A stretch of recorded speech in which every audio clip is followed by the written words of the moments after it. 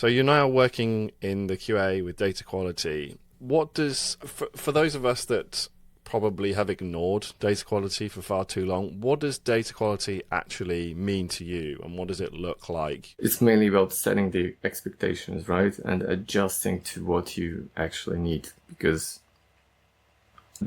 it really may mean something different for any project, right?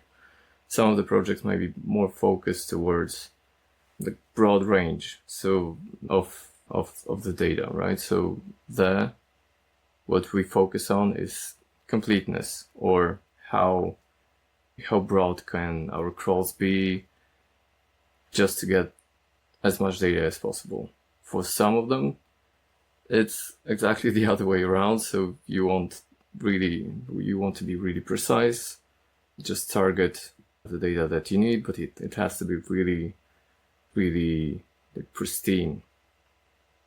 So I know that's a vague answer, but I would say that, there's no silver bullet, no one size fits all solution.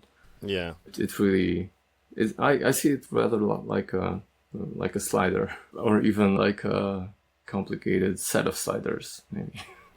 Yeah, I mean, having worked in a different side of this industry for a while, there is never one answer that fits everything. So I totally sympathize with that. I guess then it's kind of like making sure that the data points that are agreed, that schema is reproduced correctly for the client, right? Yeah, there's quite a lot of talk around making the schema precise, right? So is what we are going to acquire actually what the client really needs?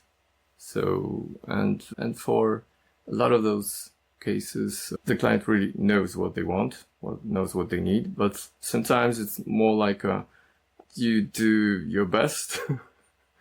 So for those cases, we just apply the defaults, and those defaults usually tend to work really well.